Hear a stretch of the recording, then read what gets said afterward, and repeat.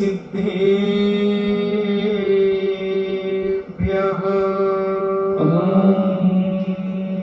नमः सिद्धेभ्यः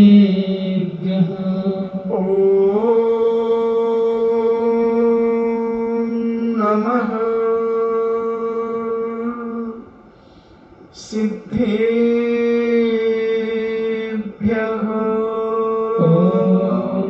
नमः सिद्धेभ्यः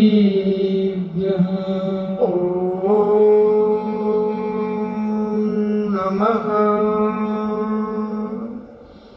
सिद्धेभ्यः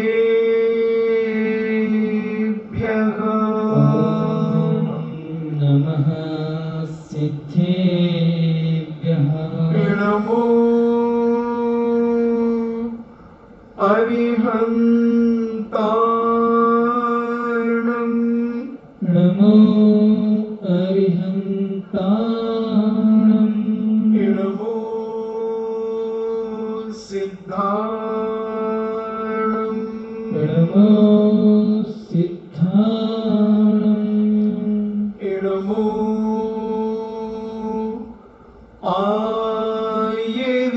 आयर्याणं नमो आयर्याणं नमो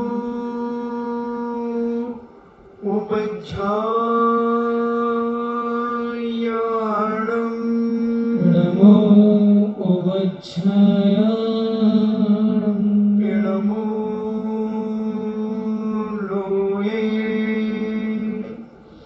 सव्यसाहूर्णं नमो लोये सवसाहूर्णं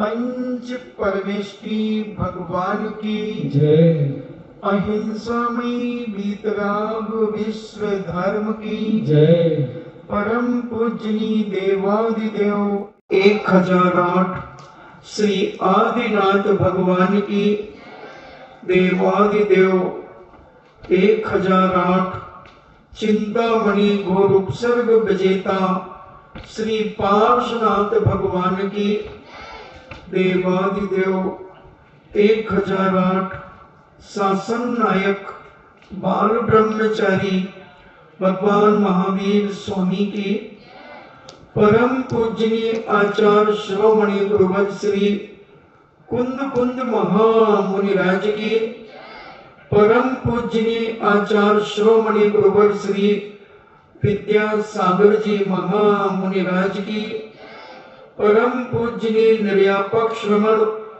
मुनि श्री सुधा सागर जी महाराज की परम पूजनीय 3 कम 9 करोड़ महामुनि राजों की तपोदय अतिशय क्षेत्र की उत्तम त्याग धर्म की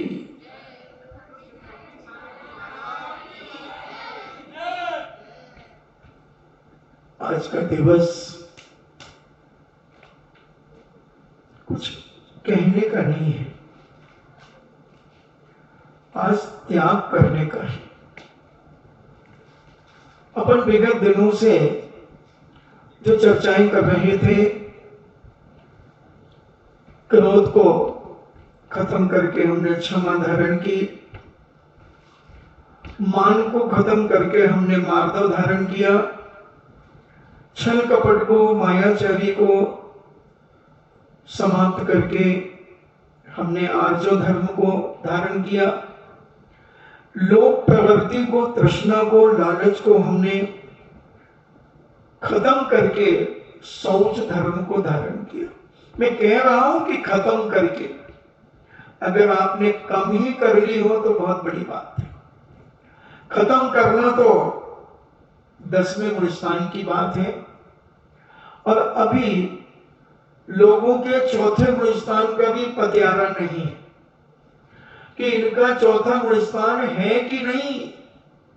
क्रियाओं से तो नहीं लगता, मगर चरणानी योग की अपेक्षा लगता है कि चौथा गुण स्थान होगा, क्योंकि आप पूजा पाठ भी कर रहे हैं, आहार दान भी दे रहे हैं, थोड़ा टूटा फूटा स्वाध्याय भी कर लेते हैं, थोड़ा टूटा फूटा ऊँगते जागते प्रवचन भी सुन लेते हैं।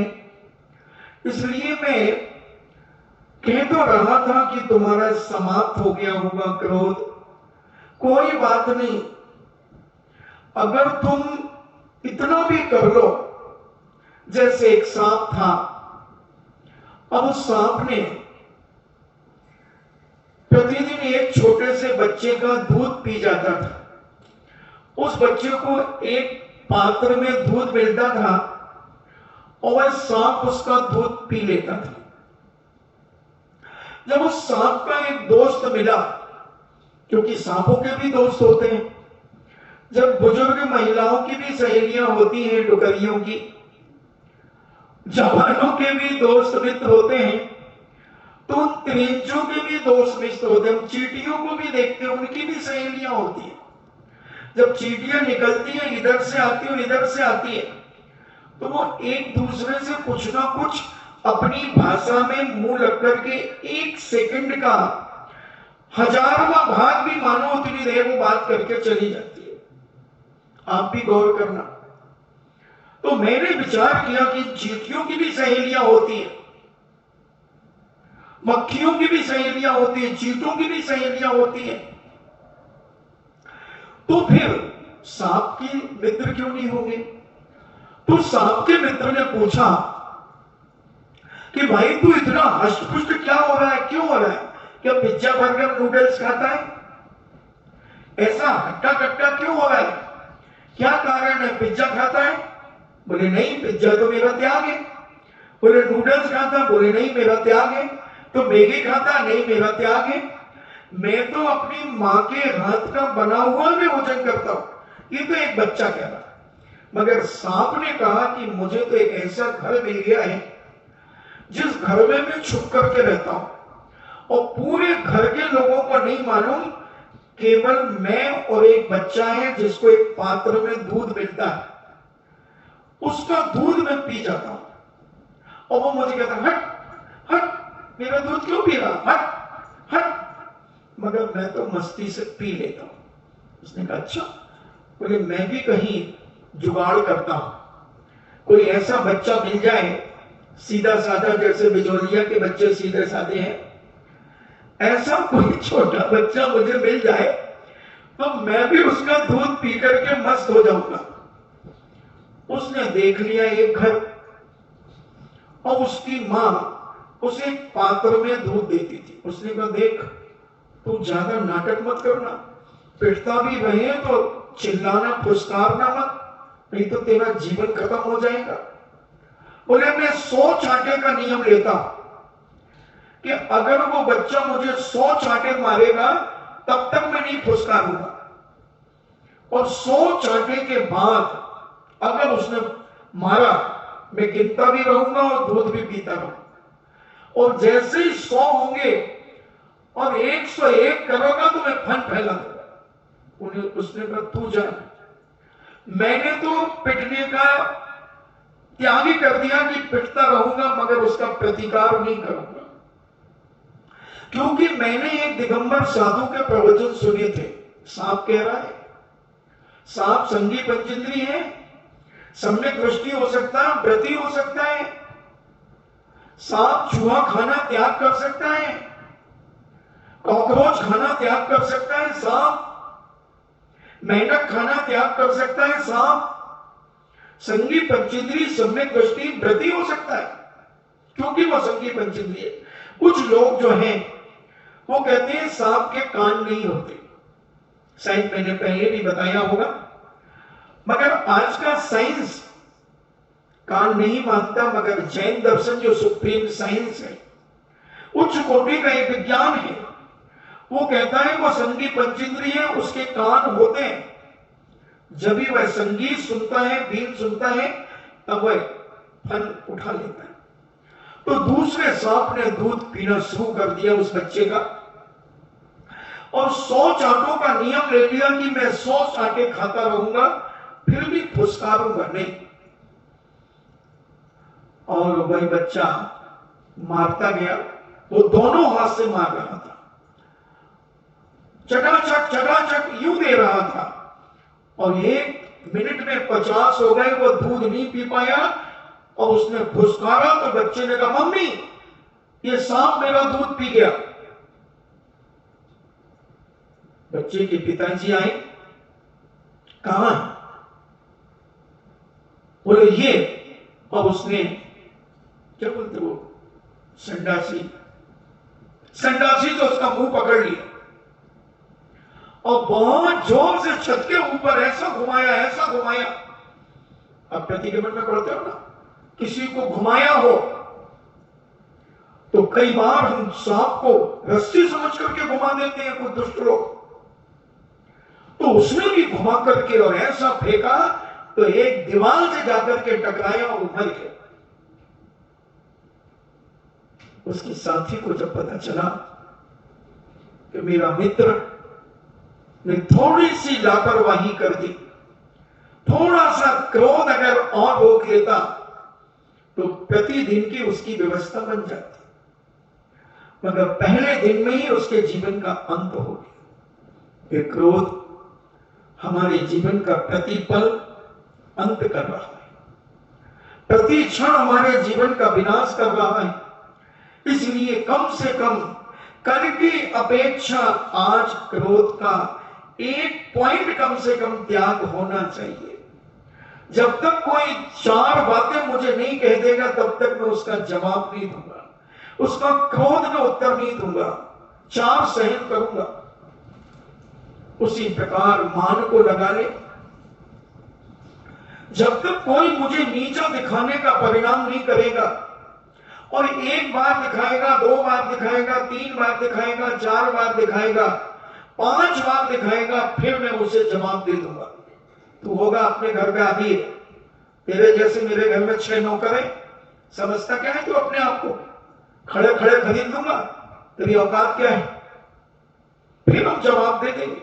जब वो 5 बार मुझे हर जगह नीचा दिखा रहा है, कहीं भी जाता है मेरे सामने अपनी कहीं चूड़ियां खनखनाती है, कहीं सोने के आभूषण दिखाती है, कहीं पल्ले को बार बार करके बाजूबंद दिखाती है।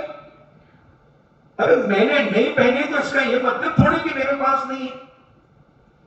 5 बार के लिए तो माफ करना, 6ठी बार तुम उसको सुना देना। कम से कम 5 बार का तो तुमने त्याग किया, क्योंकि जो जो ग्रहण करेगा उसे त्याग करना ही पड़ेगा। बिना त्याग के कभी जीवन सफल नहीं हो सकता। उसी प्रकार मायाचारी को ले ले, कितने भी मौके मिले तुम्हें मायाचारी छल कपट करने के, कितने भी मौके मिले, मगर 5 मौके तुम त्याग करना, 5 मौके तुम त्याग कर देना।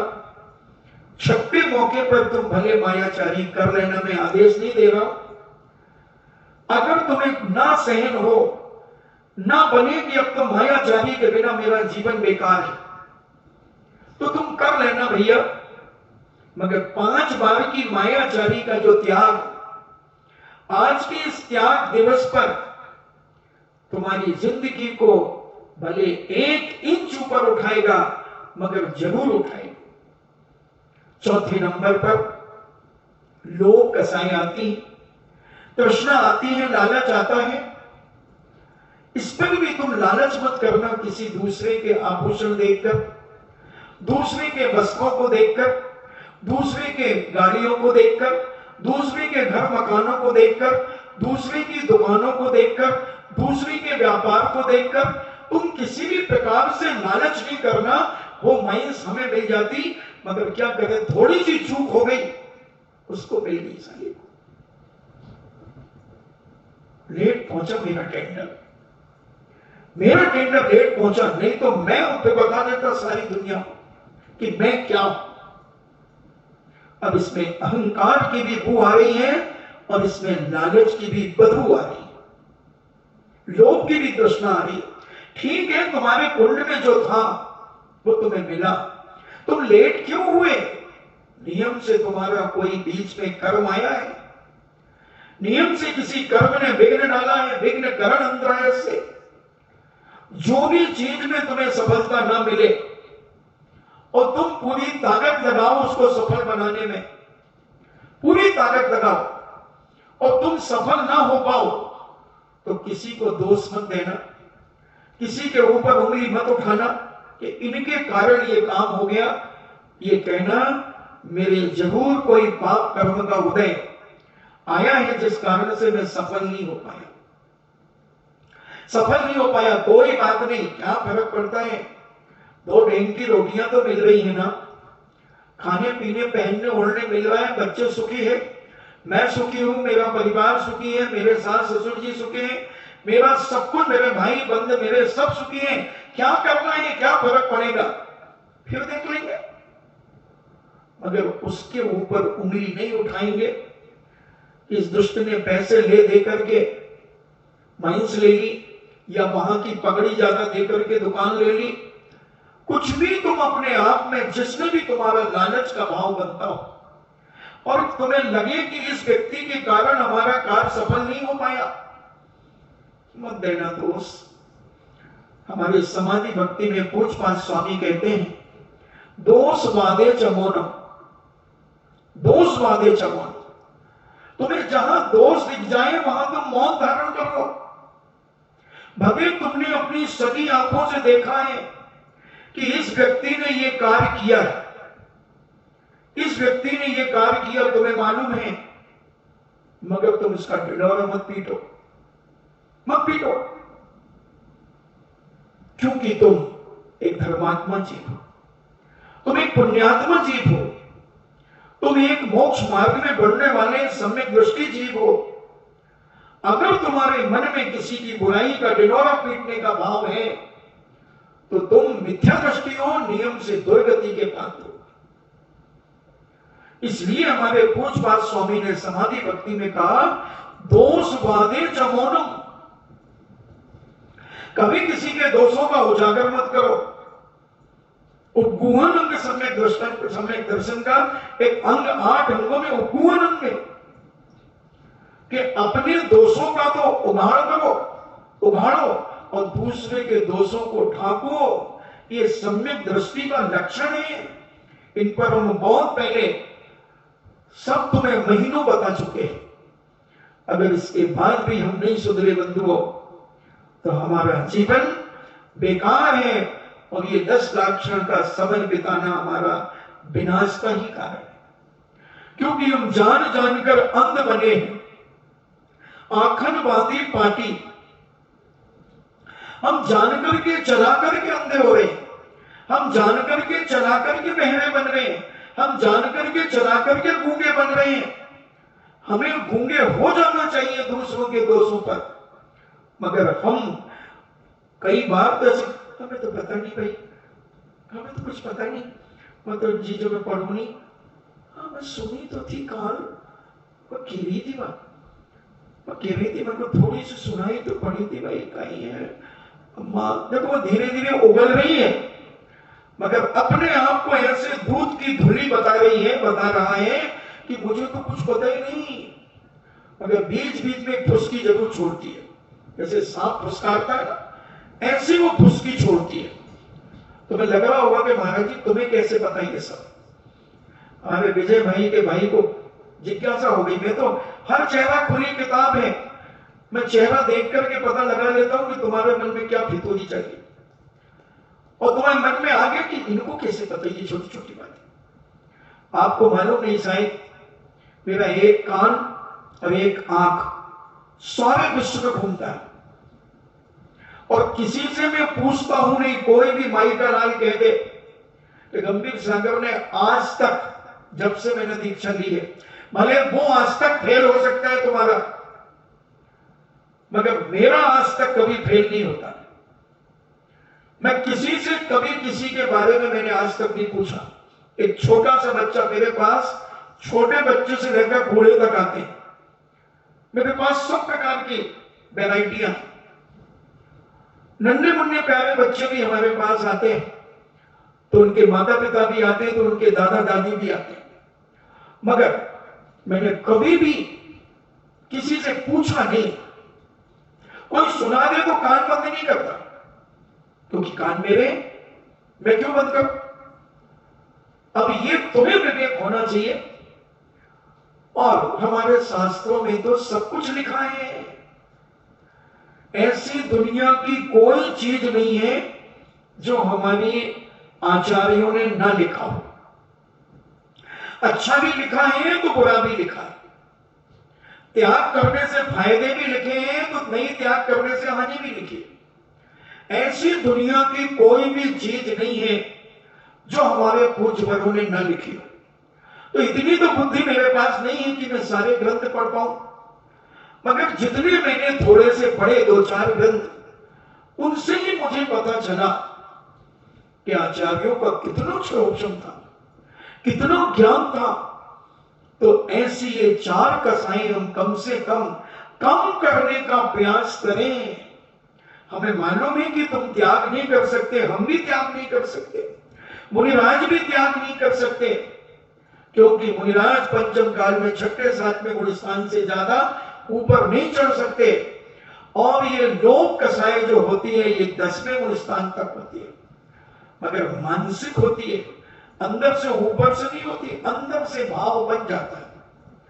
और क्रोध मान माया ये 9वें गुणस्थान तक होती है, लोक कसाएं 10वें गुणस्थान तक होती है।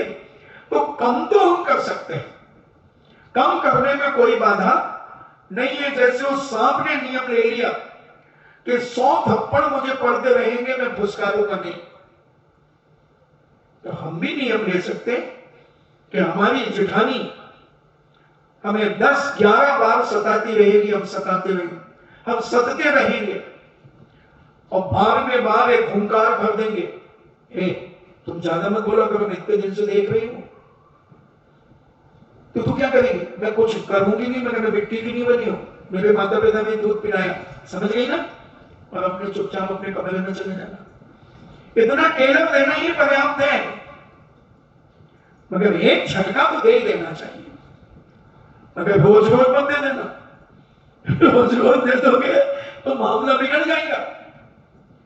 हाँ, कभी जेठानी भी देवरानी पे हावी होती तो कभी देवरानी भी जेठानी पे हावी हो जाती है। तो इस प्रकार से जो भी किसी को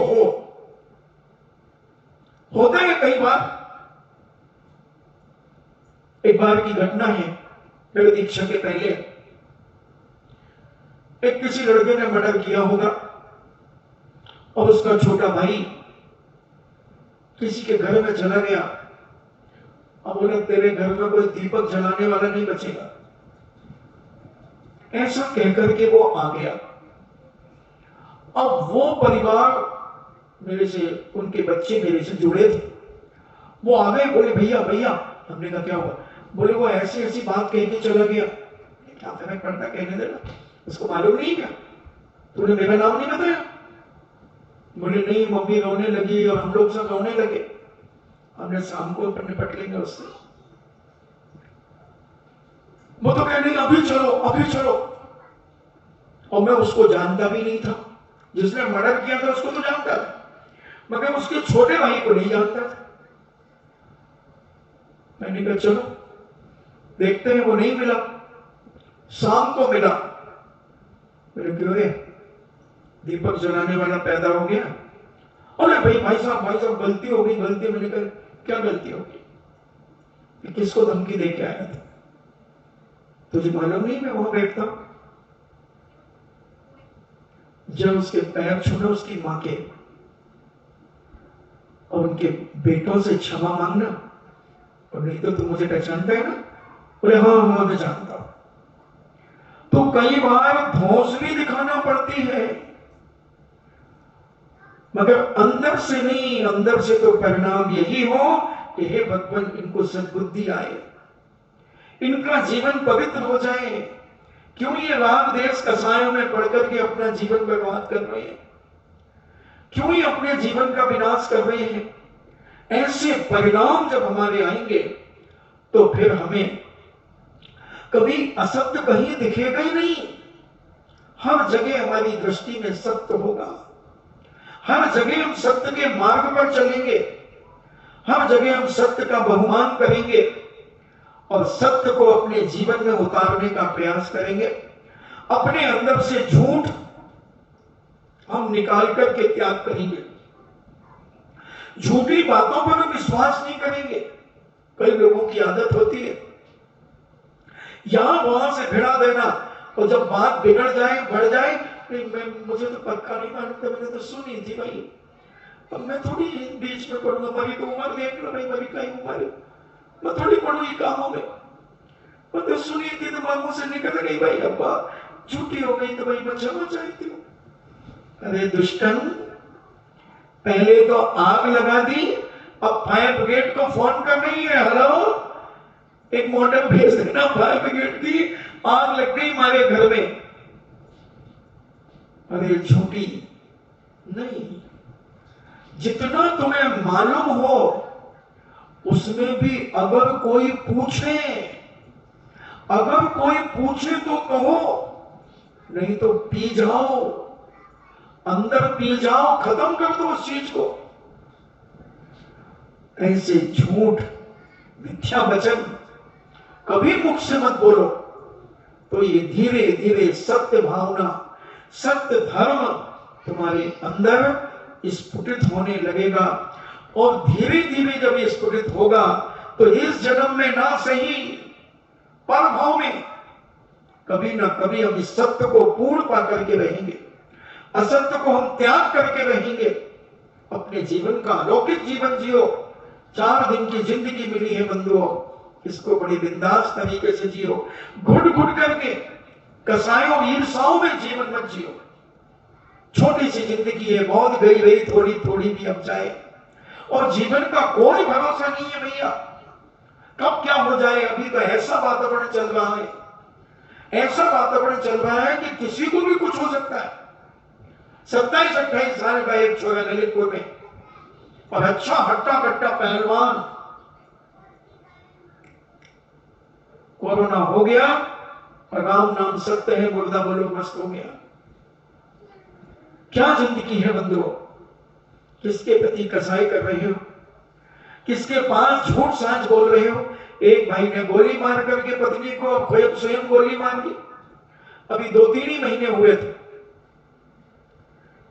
4-5 हुए अभी, बोलो। और दूसरा भाई कोरोना में चला गया, अब एक तीसरा है, बताते उसको भी शायद कोरोना है। अब बोलो क्या होगा।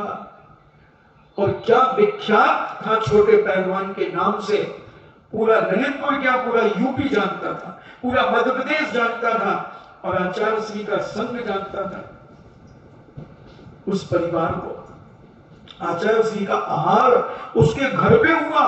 अरे जिस पहले दिन, बोलो पहले दिन कम से कम 300-250 चौके छोड़ करके और उसके घर पे आहार हुआ, कितना नजदीक होगा आचार्य श्री के, मगर क्या कर सकते। इसलिए बंधु, ये छोटी सी जिंदगी में कभी यहां से वहां छल कपट मत करो, झूठ मत बोलो, जो तुम्हें आता है वो बोलो, नहीं आता मौन हो जाओ, बोलो ही नहीं, किसी के कार्य में हस्तक्षेप करो ही मत, नहीं तो ये छोटी छोटी कसाएं इतना बड़ा रूप ले लेती हैं, और जब ये विस्फोट होती हैं बंधुओं, तो हाइड्रोजन बम से भी भयंकर विस्फोट होता है।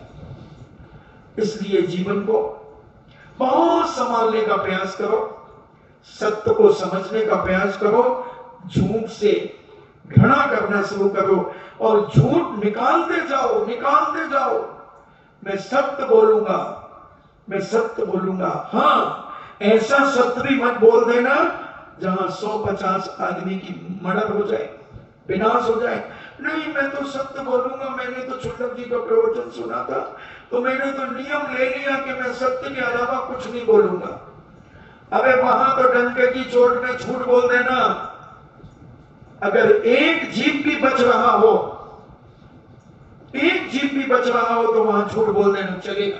ये भी सत्य है, झूठ भी सत्य है हमारे यहां, और सत्य भी असत्य है, झूठ है। एक चिड़िया पकड़ करके ले आया एक आदमी, एक कसाई, एक सिखाली, और यूं दबा करके ले आया, और चलो मैं कहता हूं किसी आचार्य विद्यासागर जी के पास वो चला गया, और उसने कहा, आचार्य महाराज आप अहिंसा धर्म के प्रचारक हैं, आप अहिंसा धर्म के प्रेमी हैं, आप पालक हैं? आचार्य सिंह ने कहा हाँ। तो बोले बताइए ये चिड़िया मरी है कि जिंदा? आचार्य सिंह ने विचार किया, उदाहरण है, आचार्य सिंह ने विचार किया अगर मैं मरी कहता हूं तो ये अभी छोड़ देगा और मुझे झूठा सत्य ठहरा देगा, और अगर मैं जिंदा कहता हूं तो ये इसकी गर्दन दबा देगा और मुझे झूठा ठहरा देगा। ये झूठा ठहराने के लिए मुझे आया है। और जैसे ही उसने वो चिड़िया दिखाई, आचार्य सिंह ने कहा ये तो मरी है, ये तो मरी है, और उसने छोड़ दी। वो चिड़िया फर से उड़ गई। बोले आप झूठ बोलते हो, आप सत्य नहीं बोलते। आचार्य सिंह ने कहा ये हमारा सत्य है, ये सत्य है। बोले कैसे सत्य है? बोले ऐसे सत्य है कि आपका इंटेंशन क्या था। जैन दर्शन इंटेंशन पे डिपेंड करता है। आपका लक्ष्य क्या था, आपका भाव क्या था, ये पूछने का तरीका क्या था, उद्देश्य क्या था। अगर मैं इसे मरी घोषित करता, मैंने की, तुमने छोड़ दी, और अगर मैं देख रहा हूं ये जिंदा है, इसकी आंखें चल रही है, गर्दन यूं हो रही है, क्योंकि तुम बहुत पोले तरीके से उसे पकड़े थे। और अगर मैं जिंदा कहता तो तुमको एक सेकंड नहीं लगता, कितनी सी जान थी चिड़िया, जरा सा दबा देते हैं तो तुम मुझे बदनाम करते हो, और अभी भी तुम मुझे बदनाम करना चाहते हो। कोई बात नहीं, मैंने एक संगी पंछी ने जीव को बचाने के लिए झूठ बोला है, तो मेरा ये झूठ भी सत्य है। ये जैन दर्शन की कला। मुझे याद आ रहा 1994 की घटना, 84 की घटना, जब देश की प्रधानमंत्री श्रीमती इंदिरा गांधी की हत्या हुई, तब पिशनहरी की बढ़िया में बहुत बड़ा विशाल विधान हो रहा था, जिसमें कम से कम 5000 इंद्रदानी बने हुए थे। बहुत विशाल विधान था। और पूज्य आचार्य श्री आहार कर रहे थे, उसी समय कुछ सनसनी सी फैल गई। आचार्य जी को क्या हुआ? आचार्य जी ने जल्दी से पानी आनी लेकर के बैठ गए और बिल्कुल मौन हो गए, किसी से नहीं बोले। 3 बजे में पेपर लेके गए, देश बंधु पेपर निकलता था, उसकी हेडिंग थी देश की प्रधानमंत्री श्रीमती इंदिरा गांधी को गोलियों की बौछार से गूंजा। मैंने वो पेपर आचार्य जी के पास रखा। आचार्य जी ने एक नजर डाली, आंख बंद कर ली। 1-2 मिनट के बाद आंख खोली, उनकी आंखें छलछलाई थी। मैंने कहा महाराज, कोई नहीं था, मैं था। मैंने कहा महाराज, आप तो इतने बड़े आचार्य हैं, अहिंसा के प्रेमी हैं, और सब मोह त्याग चुके हैं, रामदेश त्याग चुके हैं, फिर आपको क्या हुआ? उन्होंने कहा देश का राजा मरा है, न जाने कौन सा राजा आएगा, और हम अपना धर्म स्वतंत्र रूप से कर पाएंगे कि नहीं कर पाएंगे।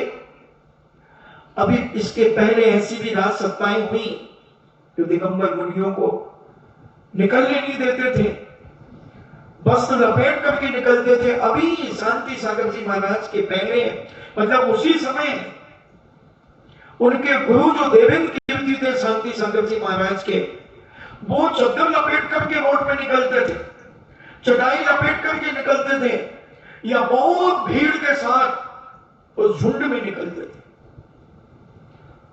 तो इसलिए मुझे धर्म की चिंता हुई, धर्म की चिंता। 1-2 दिन के बाद 3-4 ब्रिगेडियर आए, क्योंकि कर्फ्यू लगा हुआ था, पब्लिक अप डाउन करती थी, उनके परमिशन थी, हम लोग भी अप डाउन करते थे, पास बना करके रखे थे। तो 3-4 दिन के बाद 2 ब्रिगेडियर आए और उनने लोगों से पूछा कि भाई ये यहाँ संत हैं? बोले हाँ। तो बोले हम उनसे बातचीत करना चाहते हैं। तो लोगों ने कहा चलो। अचल सिंह ने सबको भगाया और दोनों ब्रिगेडियर और हम और अचल सिंह बैठे थे। उन्होंने कहा कि महाराज श्री, हम लोग आपकी दृष्टि में हिंसक हैं या अहिंसक? अचल सिंह ने कहा कि आप तो महा अहिंसक हैं। तो बोले महाराज, हम लोग तो 24 घंटे दुश्मन को मारने के लिए खड़े रहते हैं, हम तो 24 घंटे गन बंदूकें लेकर के खड़े रहते हैं, हमारे सैनिक बॉर्डरों पे खड़े रहते हैं। बोले कोई बात नहीं, मैं आपसे पूछना चाहता हूं कि वार पहले आप करते हैं या वो करते हैं?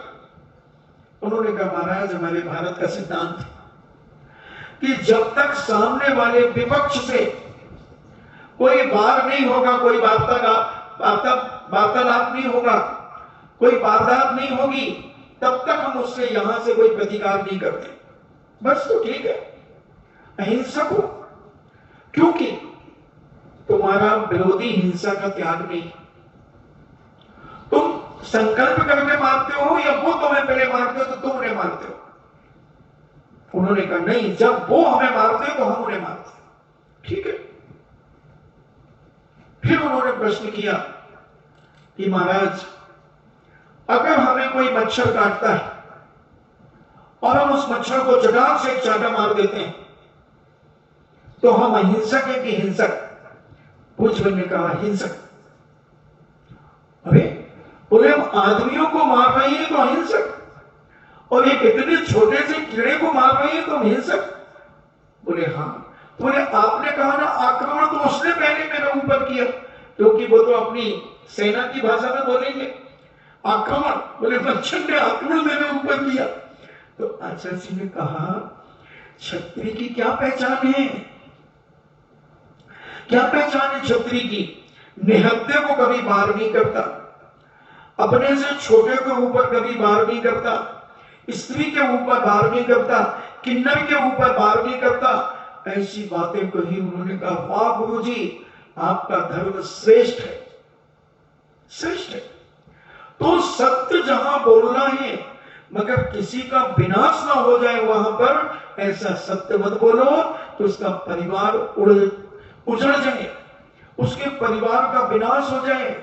नहीं, ऐसा नहीं करना। फिर इसके बाद सत्य के बाद क्या आता है हमें बताएं? संयम। अब जब हम सत्य बोलेंगे तो हम कोई भी अनुशासनहीनता का काम ही नहीं करेंगे, क्योंकि हमारी लालच खत्म हो गई, झूठ खत्म हो गया। ये लालच और झूठ में ही तो आदमी दुनिया के पाप करता है। जब सब कुछ खत्म हो गया तो हम अपने आप 4 हाथ जमीन देख करके चलेंगे। हम यदवा तदवा पानी नहीं फेंकेंगे, हम यदवा तदवा पेड़ पौधों पर तोड़ेंगे नहीं, घासों पर चलेंगे नहीं। हम संयम करेंगे, हम यदवा तदवा बकेंगे नहीं, हम यदवा तदवा देखेंगे नहीं, हम यदवा तदवा सुनेंगे नहीं, हम यदवा तदवा खाएंगे नहीं। तो ये सारे हम संयम अपने जीवन में धारण करते चले जाएंगे, असंयम से हम दूर होते चले जाएंगे और संकल्प करेंगे कि हे भगवान मुझे ऐसी शक्ति दो कि मुझे जीवन में कोई ऐसा अभक्ष्य वस्तु ना खाना पड़े, कोई भी अभक्ष्य। और जितनी बाजार की चीजें हैं ये सब अभक्ष्य हैं। अंडा मिला हुआ है इनमें, सूअर की चर्बी मिली हुई है इनमें, गाय का मांस मिला हुआ है इनमें, और सब में नंबर लिखे हुए सभी चीजों में। इसलिए हम संयमित हो गए, हमने अपने आप को अनुशासित कर लिया, और अनुशासित करने के बाद हम अनुशासनहीनता नहीं करेंगे तो संयम हमारे अंदर, हमें संयम, तो हम अनुशासनहीनता नहीं करेंगे और संयमित जीवन जिएंगे। किसी भी चीज का हम दुरुपयोग नहीं करेंगे, अपव्यय नहीं करेंगे, किसी भी व्यक्ति को हम सताने का प्रयास नहीं करेंगे, दूसरी माँ बहनों को हम बुरी दृष्टि से नहीं देखेंगे, दूसरों की बेटियों को बुरी दृष्टि से नहीं देखेंगे, दूसरों के पुरुषों को हम बुरी दृष्टि से नहीं देखेंगे, दूसरों की बेटियों को हम बुरी दृष्टि से नहीं देखेंगे। हम अपने आप में संयम रहने का, संयम रखने का प्रयास करेंगे।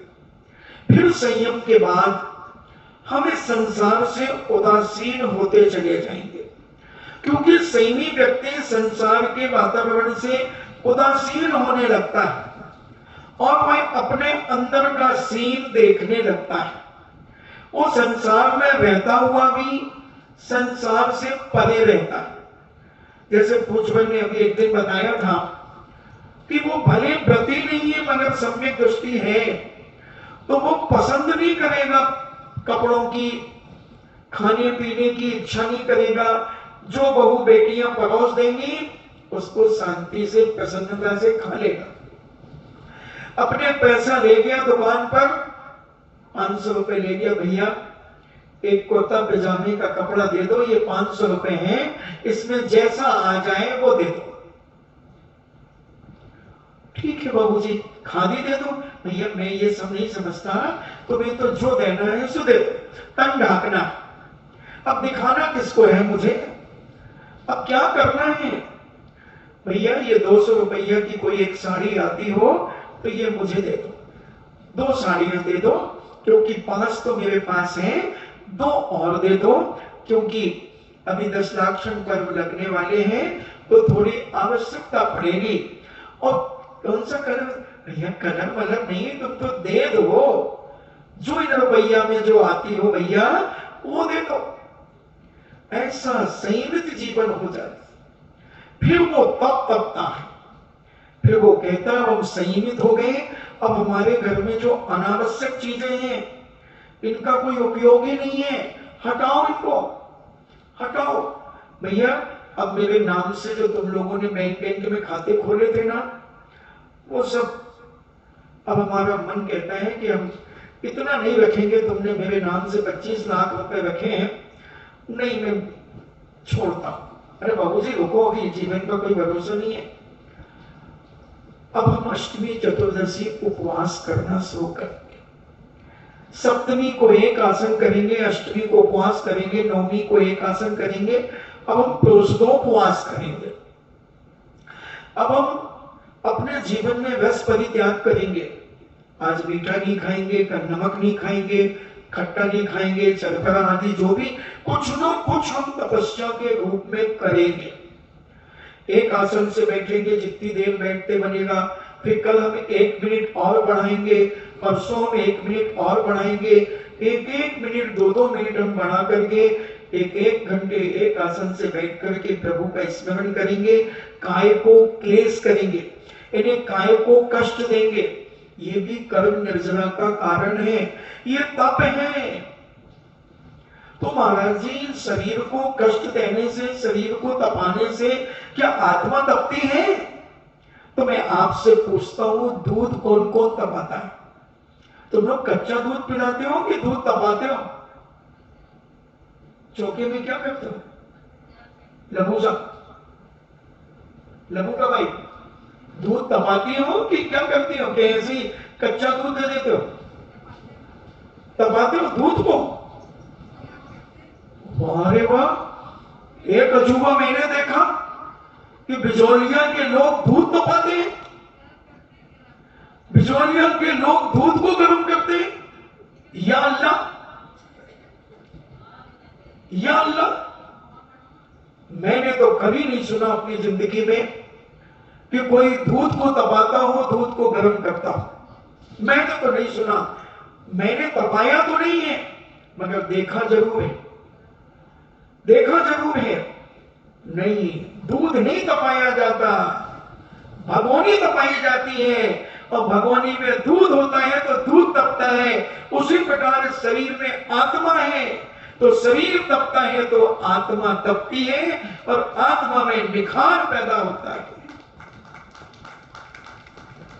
आत्मा में निखार पैदा करने के लिए शरीर को तपाना पड़ेगा, इस शरीर से मोह को कम करना पड़ेगा, और इस शरीर को हमें त्याग तपस्या में बचाना पड़ेगा। हम संकल्प करके बैठे, वो भी एक तप है। मैंने एक बार कहा था, आप प्रवचन में बैठते हैं, आप नियम ले लें कि जब तक प्रवचन चलेगा मैं नहीं कहीं नहीं जाऊंगा। हाँ, कोई विशेष ऐसी परिस्थिति आ जाए कि जाना पड़े तो कायोत्सर्ग कर करके आप जा करके और पुनः आकर के बैठ जाओ। तो जितनी देर आप बैठोगे, चाहे 5 मिनट में प्रवचन खत्म हो जाए, तो भी आपको महान पुण्य का बंध होगा और वो तप माना जाएगा, तप माना जाएगा। ये काय क्लेश है, शरीर को संक्लेश करना, सहन करना। जैसे उदाहरण आता है कि हमारे पूज्य में एक मुनिराज एक शिला के ऊपर बैठे थे, ध्यान कर रहे थे।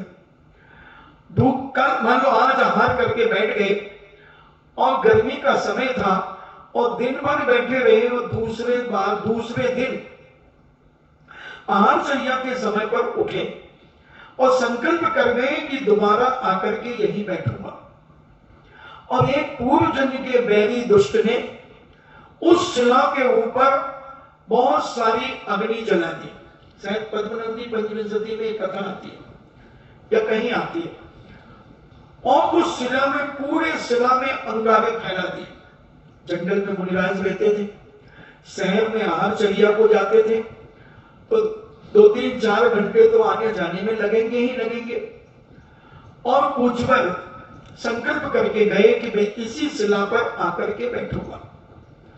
और वो मुनिराज आने के पहले उस व्यक्ति ने पूरी शिला के अंगारे साफ कर दिए।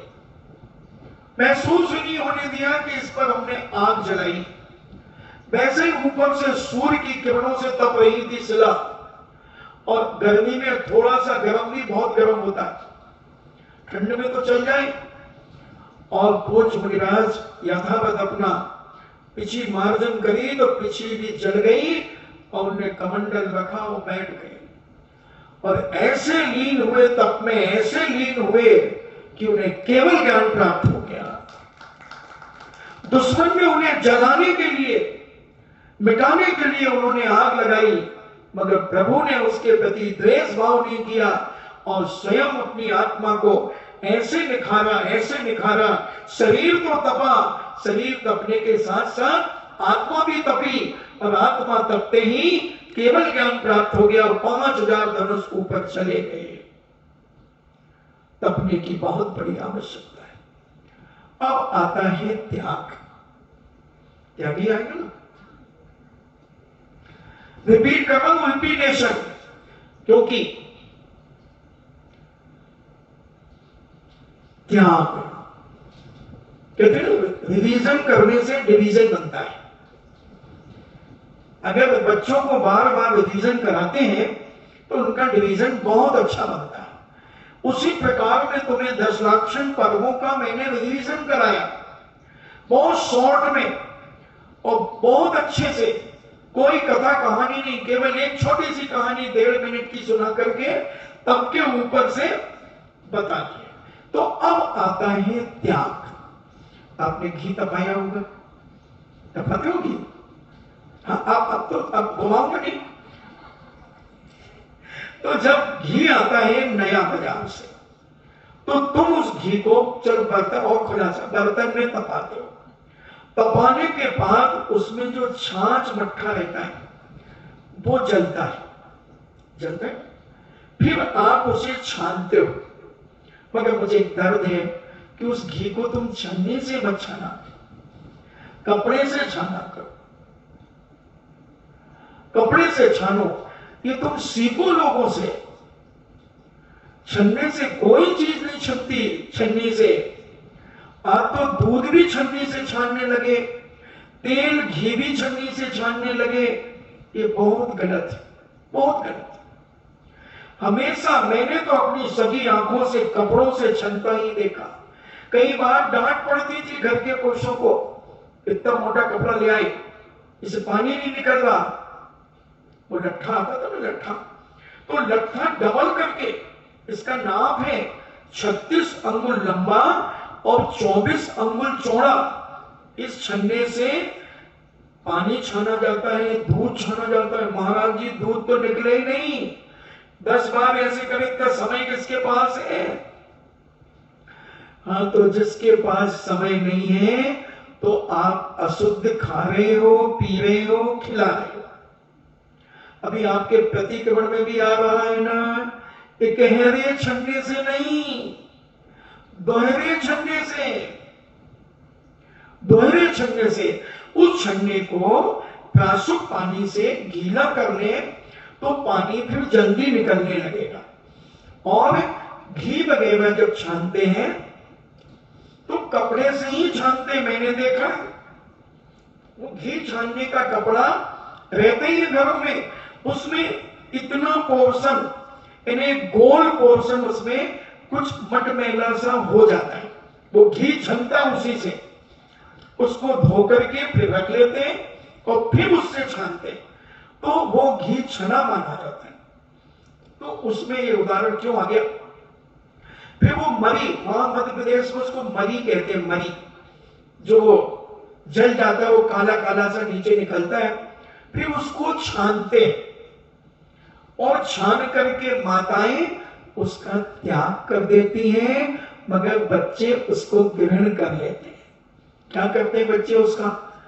उसका घी तो निकल जाता है, फिर उसमें बूरा मिला करके और माताएं बच्चों को खिला देती। वो है तो पौष्टिक, है तो घी का ही माल, मगर वो बदबू ना मारे, घी खराब ना हो जाए, इसलिए उसको कपड़े से ही छानना चाहिए। अगर आप छन्नी से छानेंगे तो जो दही से आपका जो घी बना हुआ है, उसके कण, जो जिसको आप छाछ कह रहे हैं, वो कण उसमें चले जाएंगे, तो वो घी आपका महीने 2 महीने में बदबू मारने लगेगा। और कपड़े से छानेंगे तो वो कोई भी उसमें मरी, जो मरी कह रहे, आप क्या कहते हैं मुझे मालूम नहीं, घी के नीचे जो बचता है, किट्टी पाइटी होती है, इसलिए हमने किट्टी कहा नहीं था। तो वो किट्टी, जो किट्टी काली ना कह दो, काली काली हो ही जाती है, तो वो अगर चली गई आपके घी में तो वो घी खराब हो सकता है, इसलिए कपड़े से ही छानना चाहिए। तो उसको त्याग कर देती हैं माताएं, बच्चे खा लेते हैं। तो ऐसा ही आज का त्याग का दिन है।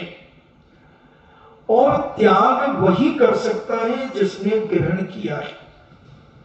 जिसने ग्रहण ही नहीं किया वो क्या त्याग करेगा? आपने बादलों को देखा?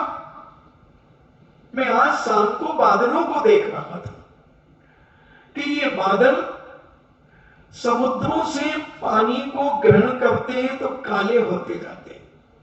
जो आदमी जितना ज्यादा ग्रहण करेगा वो उतना ज्यादा अंदर से काला होता चला जाएगा, अंदर से उतना काला होगा, और वो काले हो जाते हैं बादल।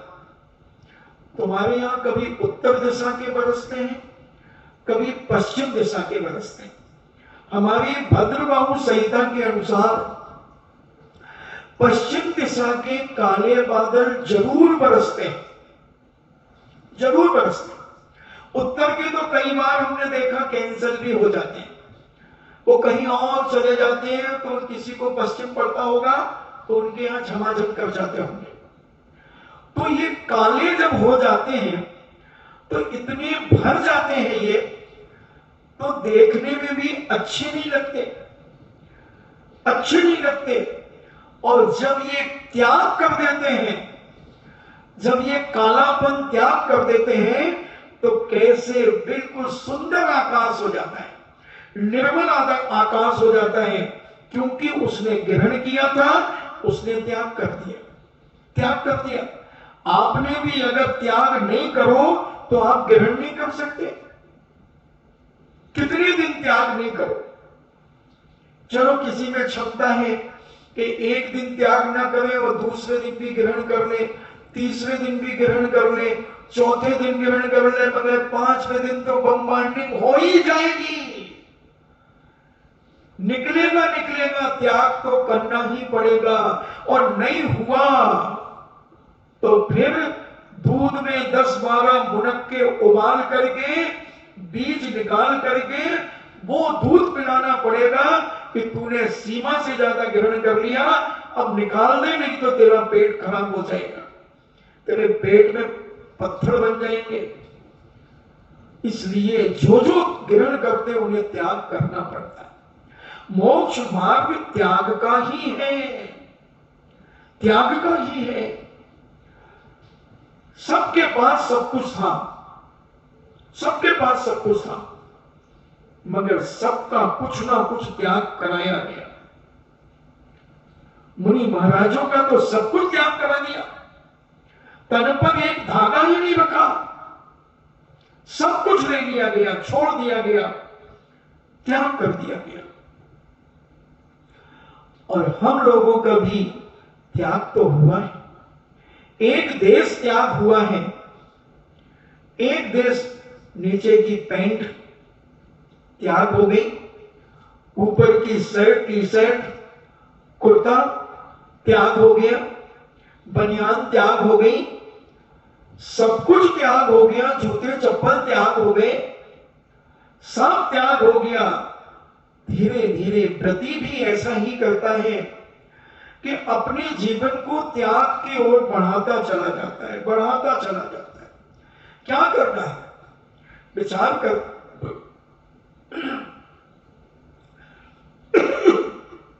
विचार करता है कितना मुझे और जीना है, क्या करूंगा?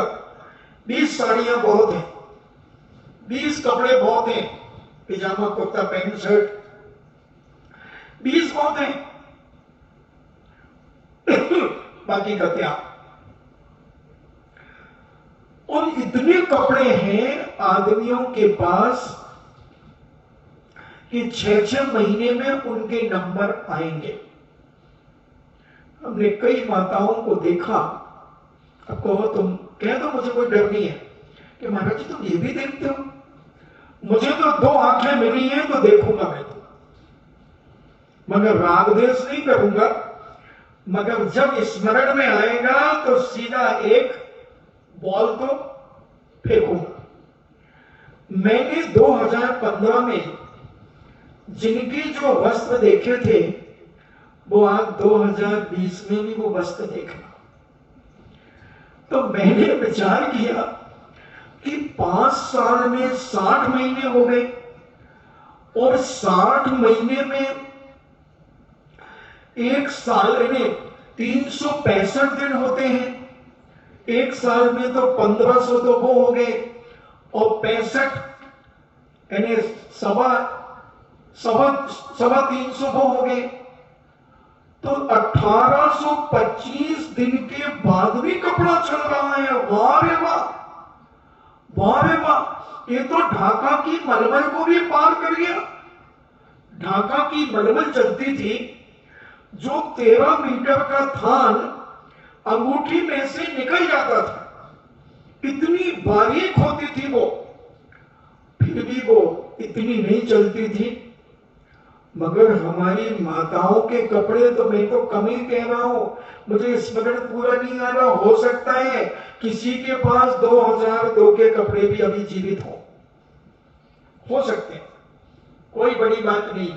और छोड़ो, जब इनके 2 हाथ से 4 हाथ हुए थे उस समय के कपड़े भी इनके पास जीवित हैं।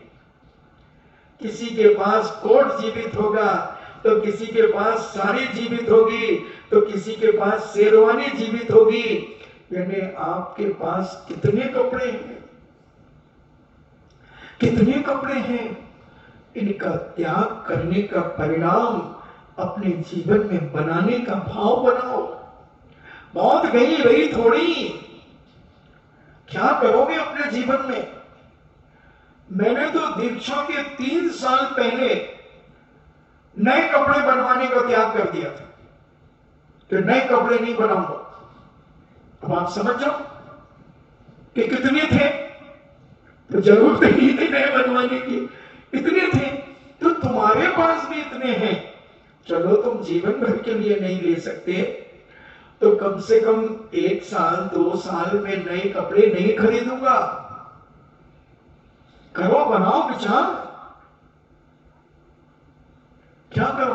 महाराज जी वो बाजार जाते हैं ना, तो वो साड़ी वाला भैया ना जबरदस्ती बुलाता है, बहन जी आओ अभी नया माल आया है, और हम चले जाते हैं उसके कहने पर, तो वो हमें 1-2 चेमई देता है और कहता आप चिंता मत, अरे मैं पैसे थोड़ी नहीं हूं, मैं तो ऐसे ही बर्तन के लिए निकली थी। अब आप कोई चिंता नहीं कर, मैं भाई साहब से ले लूंगा, आप तो ले जाओ। अरे भाई अगर ऐसे ले जाओ तो हम फिर त्याग क्या कर पाएंगे। और चलो अगर तुम ले भी आए तो उन पुरानी में से 2 साड़ियां किसी गरीब को दे दो। मैंने एक घटना सुनाई थी बहुत पहले, जब हम 1990 में नागपुर गए थे, तो एक बहन जी उससे दीक्षा के पहले से परिचित थी। अब उनकी बहुत बड़े घर में शादी हुई, बहुत बड़े घर में शादी हो गई। और जब मैं उनको खूब समझाया, मैं जब 1990 में मिले वो, हमने कहा क्या ये तुम इतना पवित्र है तुम्हारे पास। उसके पास कम से कम 4000 साड़ियां थी, आप आश्चर्य करोगे। और गाड़ियां 4-5 गाड़ी उसके नाम से, मटक मटक करके बदल बदल करके गाड़ियों में घूमना, सब कुछ करना। खूब समझाया, बड़ी मुश्किल में उसने 2000 साड़ियों का नियम लिया। अब अभी उस समय उसकी उम्र ज्यादा 30 साल की होगी। तो मैंने कहा तुम क्या करेगी। अरे बोले महाराज जी आप समझते नहीं हो, नागपुर में रहती हूं मैं, बॉम्बे के बाद नागपुर का नंबर आता है स्टैंडर्ड में, तो दिन में हमें कई बार तो 5-5, 7-7 साड़ियां भी बदलना पड़ती है। उनकी इतनी पहचान है, ऐसे फंक्शनों में जाना पड़ता है। और उसने 2 किलो सोने का नियम लिया, 5 किलो चांदी का नियम लिया। और उसकी बहन पहले से ब्रह्मचारिणी है, नाम नहीं बता रहा हूं मैं, सब जानते होंगे उनको। और सब कुछ उसकी ब्रह्मचारिणी तो पहले से थी, एक बहन बंबई में उसकी शादी हुई है। और अब समझा करके सब कर दिया, मगर उसका मन नहीं माना। उसने बड़े रूखे मन से बोले आप भैया की अवस्था से मुझसे परिचित थे और आज महाराज हो गए, इसलिए मैं आपकी बात मान रही, मगर मेरा मन नहीं कह रहा है कि मैं त्याग करूं। आपको पता नहीं मुझे इतने फंक्शनों में जाना पड़ता है, सब प्रकार के फंक्शनों में। मैंने कह दिया, इन्हें कह दिया, बोले ठीक। अब उसके बाद जब मैं 2012 में रामटेक पूज्य आचार्य श्री के दर्शन करने के लिए पधारा, तब वो मिली। मैं तो देख के दंग रह गया। मैंने सोचा कि शायद ये विडो हो गई। देखो जो मेरे मन में भाव है उसकी हुलिया देख करके,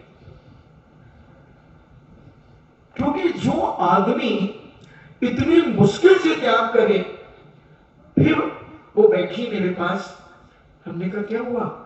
बोले कुछ नहीं महाराज जी, मैंने 7 पद्मा के वृंद धारण कर लिए और केवल 20 साड़ियां अपने पास रखी हैं, 1 गाड़ी रखी है वो भी धार्मिक स्थलों पर जाने के लिए, और सारे मकान अकान सब परिवार को बांट दिए, खत्म कर दिए।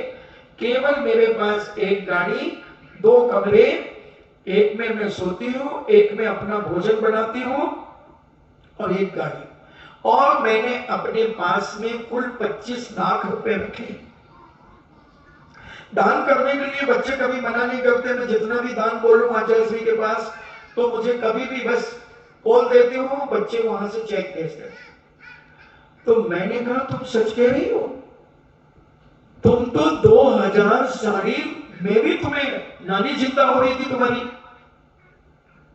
बोले महाराज वो जो टीस लगी थी आपकी, आपका वो चेहरा जो मैंने देखा था, जब भी मैं अपनी अलमारी खोलती थी तो उस अलमारी में आपका चेहरा दिखता था। आप कहते थे ये परिग्रह है, ये पाप है, इसको एक न एक दिन त्याग करना पड़ेगा, छोड़ना पड़ेगा। और कई बार स्वप्न में मुझे आता था कि आप मुझे अभी भी डांट रहे, अभी भी डांट रहे। और एक दिन मेरा मन बना और आचार्य श्री के चतुर्मास में मैं गई और मैंने पूज्य से निवेदन किया कि महाराज मेरी एक बहन तो ब्रह्मचारिणी है और एक भी बंबई में, वो भी त्यागी जैसे ही है।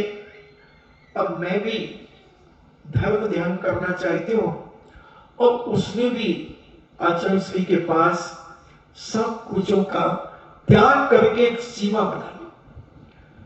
तो त्याग का मतलब है कि हम अंदर से घृणित हो जाए, उन अनावश्यक चीजों के प्रति हमारा भाव निर्मल हो जाए और उन्हें कम करने का भाव अंदर से आ जाए। ये मत समझना कि कोई तुम्हें गरीब समझ लेगा, और समझने तो उसके समझने से थोड़ी गरीब हो गए हम। जैसे मैंने समझ लिया था कि ये, मगर वो थी तो नहीं, मगर उसने जब त्याग किया तो मुझे गरिमा हुई और आज मैं तुम्हें सुना रहा हूं उसके बारे में, बड़े गर्व से सुना रहा हूं। क्योंकि जब कोई बड़ा आदमी, बड़े घर का, संपन्न घर का व्यक्ति जब त्याग के मार्ग पर बढ़ता है तो उसकी साधु संतों के मुख से भी उसकी तारीफ निकलती है, उसकी तारीफ निकलती है। तो ये त्याग धर्म हमें शिक्षा देता है कि अपने पहले अनावश्यक चीजों का त्याग करो, जो तुम्हारे घर में आवश्यक नहीं है। मगर जैन समाज के घरों में इतना कबाड़ खाना रहता है, एक कमरा एक कुठलिया तो कबाड़ खाने की बनी रहती है। इन माताओं को इतनी तृष्णा होती है कि अगर इतना सा बिजली का तार भी इन्हें मिल जाए तो जे 2 उंगलियों में लपेट करके और उसमें एक फंदा लगा करके किसी आले में रख देगी और इनसे पूछो जी का, अरे कभी फ्यूज उड़ जाए, कुछ हो जाए तो काम आएगा ना, कहां ढूंढते फिरोगे? अरे भारी तृष्णा, टूटे जूते चप्पल रखे हैं, पता नहीं क्या क्या रखा है। तो ये सारा कचरा, वास्तु भी कहता है अगर आपके घर में अनावश्यक चीजें रखी हैं तो आपके घर की सुख शांति समृद्धि में बाधा उत्पन्न होगी, बाधा उत्पन्न होगी। और जो चीज जहां रखना चाहिए वहां वहां रखना चाहिए। तो ऐसे त्याग की बात मैंने कही और आप अपने जीवन में त्याग की ओर बढ़कर के इस मोक्ष मार्ग को सफल बनाए। इन्हीं मंगल भावना के साथ जिनवाणी स्तुति। जिनवाणी के ज्ञान से सूझे लोकालोक, सो वाणी मस्तक धरो सदा देतु धोख। हे जिनवाणी भारती तो ये जपो दिन रेन, जो तेरो शरणागहि सो पावे सुख चैन। देव भजो अरिहंत को गुरु सेवा निर्ग्रंथ, दया धर्म पालो सदा यही मोक्ष का पंथ।